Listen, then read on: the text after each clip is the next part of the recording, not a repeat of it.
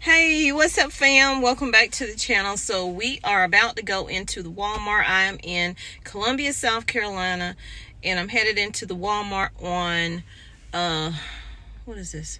Forest Drive, I believe, that location. I really wanted to get it right, trying to find some balance in my life. I never really put up a fight, and now I'm losing sleep. What if I lost touch? So we're gonna go in, see what it's looking like. You know, if you haven't decided yet if you're going to get extra items, you know what I'm about to say. Go on and make that change. Go on and get it done. We had the president come out and say that food shortages are about to be real. Some people are listening to that, and some people are like, whatever. So I hope you're not on the whatever list. Get yourself off of that list. I can't even begin to tell you how important it is to stock up now. Inflation is real. That is true. Things are going up. Things have gone up. It's not going to change. It's going to continue to go up. So you might as well lock in on whatever the price is now and get what you need for your family. You might not see the shortages in your area. I know, I get it. Some people have told me. That being said, it doesn't change the fact that it is happening. And if he could come out and tell us that it is about to get worse, you best to believe it's already worse. He's just coming out now to tell you. Now, I'm not saying go out and panic buy. That is not the way to stock up. The way to stock up is each and every time you do go to the store, get some extra items, sit those items aside. Make sure it's stuff that you eat, because you want to eat what you prep and prep what you eat.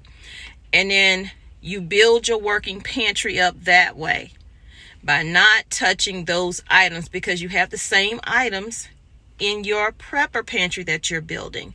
And if you say you don't have space, you can find space. You find space for extra clothes, extra shoes, whatever it is extra that you need. You can find space for that. We are always the ones to have 50 million excuses as to why we cannot do this, or that. Stop making excuses. Let today be that day that you stop making excuses, because when your kids come to you, say things are limited, because some stores are limiting things. When it gets to that and your child looks you in the face, don't have an excuse for that, because there is no excuse for that. So you can still do the things you want to do. You can still go have fun and do whatever, but make sure you take care of home first. If you are growing a garden, make sure that you have extra seeds just in case. Just in case there's too much rain, not enough rain. The deers come and eat it. The rabbits come and eat it. Whatever comes and eat your garden or destroys your garden, make sure you have extra seeds to plant so that you'll have food. It doesn't matter if you have a small space or not. No, that's not going to feed your family for a whole year, but it will feed your family. And that's all that matters, is that you're able to put food on the table every single day, and you don't have that stress or worry about how you're going to get it and how you're going to get it done. We are not the only ones that are about to feel the food shortage in other products as well. Shortage. Other countries are going to feel it. Other countries are already feeling it. Germany is even already feeling it with items that people are now going out panic buying to get, because they fear that they'll end up in a lockdown, much like Shanghai or Beijing. We are also still having shipping problems. There are shipping delays. There are ports that are not moving items. They are not able to even get containers because the containers may cost too much. They don't have the workers because people are on lockdown in China, in Shanghai, in Beijing. So now, today, right now, is the time to learn everything that you can learn, because we don't know if we'll have any grid down situations. We've already, somewhat been cyber hacked, but we stopped that situation from taking place.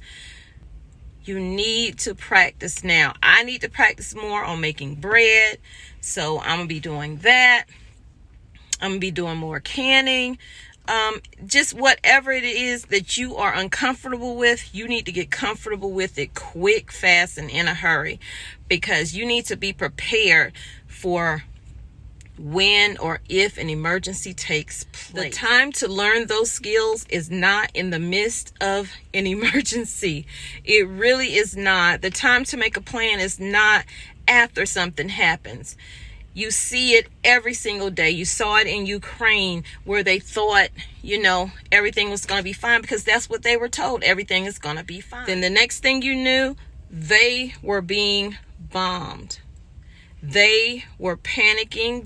They were trying to get food. They were trying to get their clothes together. They was trying to figure out where they're going to go, which route to take, whatever, to get to safety. Don't let that time be the time that you make a plan for your family. So they've always had farmers that were being paid to stop production, stop growing crop. But there are more farmers that are now being paid to do that. So with that being said, and dealing with drought and water shortages, we're going to be struggling. We're going to be struggling. Are you going to be struggling? Get what you need now. You can grow your own food. It's not hard. Some people make it hard when they're showing it to you. It's really not. Read the package. Look at some videos while you can. Best practice is to just go out and do it. Just go out, take a seed, plant it, and do it. If you want to get all into the how do you make amendments to your soil, then you can do that. But now is the time to practice and fail. Practice and fail, practice and win. That's what we can do. We can practice and win. And with the limits that are being put on so far, I see milk, bread, eggs have limits on it. Right now it's limits of 6. So that's pretty good limits. But eventually it's going to drop down from 6 to probably 3, and then probably to 2 and 1. I'm just being honest with you. They did it before. They can do it again.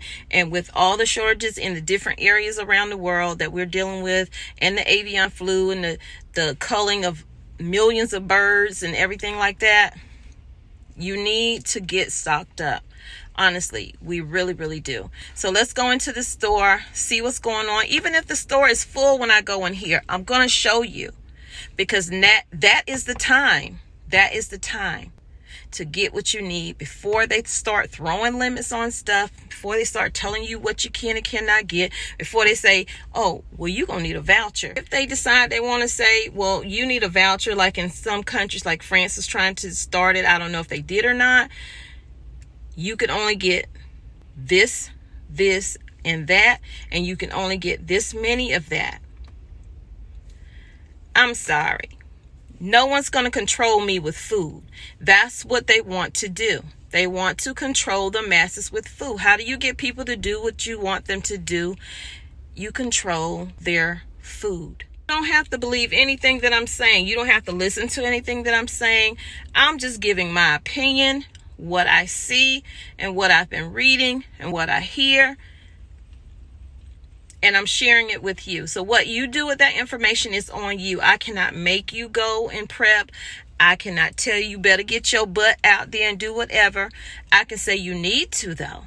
I can say that, but it still doesn't make you have to go out and do it. You do what you so choose to do, and we'll do what we choose to do when we decide we want to prep for our family. So if something happened, I ain't got to go knock on no neighbor door and say, can I borrow, can I get whatever? No, I don't want to be that person. So let's go. I done said that before, but we're going to go for real this time. Before we do, go ahead and give this video a like. Help me get to 500 likes. Help me get to 1,000 likes. Help this video get shared and shared and shared out. And subscribe if you have not. Subscribe if you have not subscribed to the channel. We would love to have you. Turn on your notifications so you'll know when I upload a video. And I'll see you guys in just a few minutes.